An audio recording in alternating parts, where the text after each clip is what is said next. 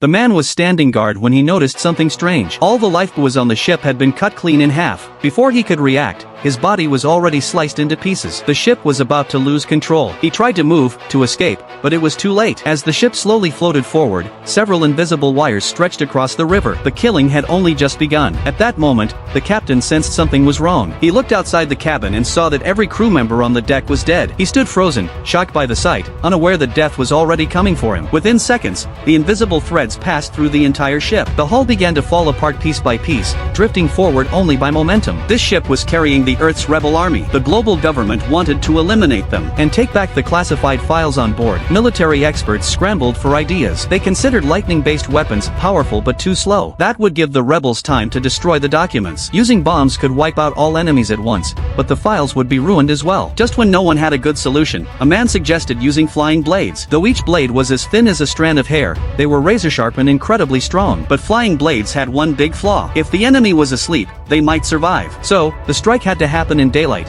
when everyone was awake and moving around. To protect innocent ships, they tied steel wires to the flying blades and attached heavy balls at the ends. When civilian ships passed by, the weights were dropped into the river, pulling the blades down with them. Once the last civilian ship had cleared the area, dozens of flying blades were pulled back up. The mission officially began. In no time, the massive warship sailed toward the wires. The captain had a bad feeling, but radar showed nothing, and there was nothing unusual to see. He chewed a piece of gum, thinking he was just imagining things, but he didn't know. His countdown to death had already begun. The flying blades made no sound. No one on board noticed them. Only the sparks that flew as the thick steel walls were sliced. One by one, the rebels on the ship were killed. The leader, hiding at the back of the ship, still had no idea what was happening. He noticed a cracked wall panel and stepped closer to look. Before he could react, his shirt split apart. He realized he would not survive. The man tried to destroy the classified files. He collapsed onto the floor. Within minutes, the entire ship was cut apart by the flying blades. Pieces of the vessel fell toward the shore. This great ship, once an ark carrying rebels and secret knowledge, was reduced to nothing but scrap metal.